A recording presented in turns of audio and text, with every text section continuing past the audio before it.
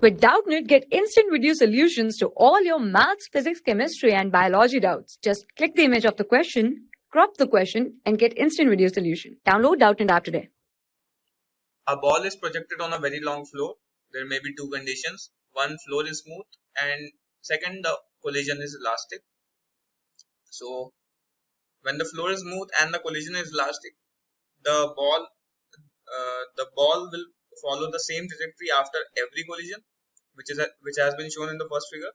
If the collision is inelastic and surface is rough, then what would happen is after every collision, the vertical component of the velocity will be reduced and the horizontal component will be reduced. So the height of the loop will change and the length of the loop will also change. So that has been shown in the second figure. Now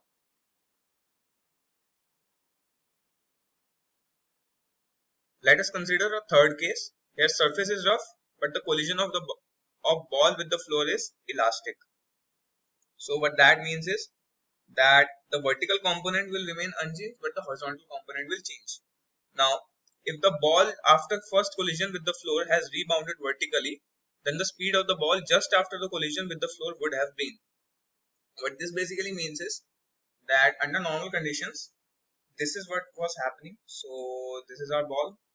This follows some trajectory, and after the first collision, it would have followed some other trajectory like this. But in this case, what has happened is instead of going this way, it simply went up like this.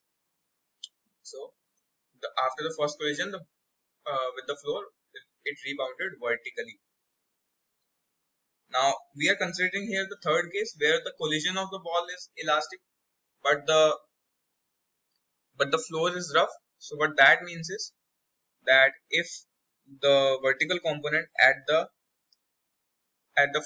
time when the ball was released for the first time was v sine 30 degrees, because it is given here 30 degrees, and the horizontal component was v cos 30 degrees.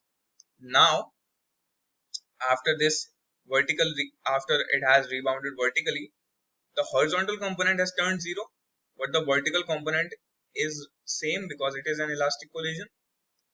So we have to find out the speed of the ball just after the collision with the floor. So the speed will be the magnitude of the velocity vector, which will be root of the vertical component vy squared plus horizontal component vx squared. Now the horizontal component is 0, so 0 squared, and the vertical component is still the same, v sine 30 degrees squared, which gives us v sine 30 degrees, which is u times 1 by 2 is equal to u by 2. So the answer is option number B.